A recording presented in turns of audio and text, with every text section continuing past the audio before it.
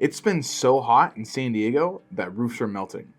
Well, not really, but I did get a homeowner that called us after we did the roof and said, "Hey, I think my roof's melting." And when they said this, I didn't know what they were talking about. I've never heard anyone say that my roof is melting before. I thought maybe it was what we call tobaccoing, but I wasn't really sure until I went out there.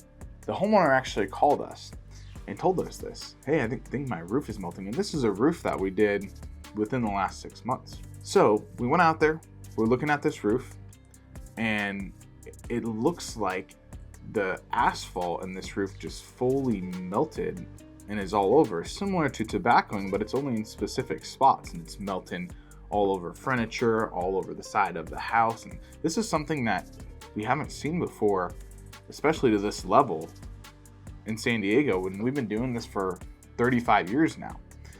So we get there, we see this, we're confused. We call the Owens Corning rep out to help us identify what's going on here. And they get out there, and here's what they said. The PVC that we used in the Dead Valley creates a chemical reaction to the shingles. So the asphalt will actually thin and melt. It will turn into a liquid and then drain off of the roof from there. Now, no other material does this. TPO, torch down, self-adhering roofing, no other flat roofing system does this.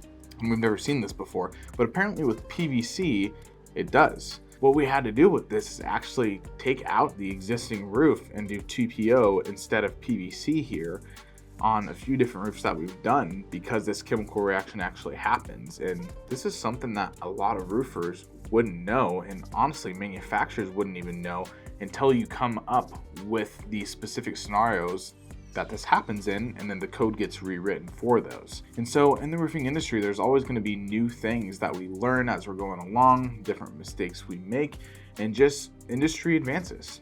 And so that was a fun little story to tell you guys about just how the industry continues to grow and learn throughout all these different scenarios. And it's one of the reasons why we love helping all the manufacturers write new codes to make sure the products keep getting better, roofs keep getting better, installation keeps getting better, so we can ultimately provide a better product at the end of the day. If you guys enjoyed that story, you want to hear more like that, go ahead and like and subscribe. Let me know what you thought of it, and comment below if you're in San Diego or not.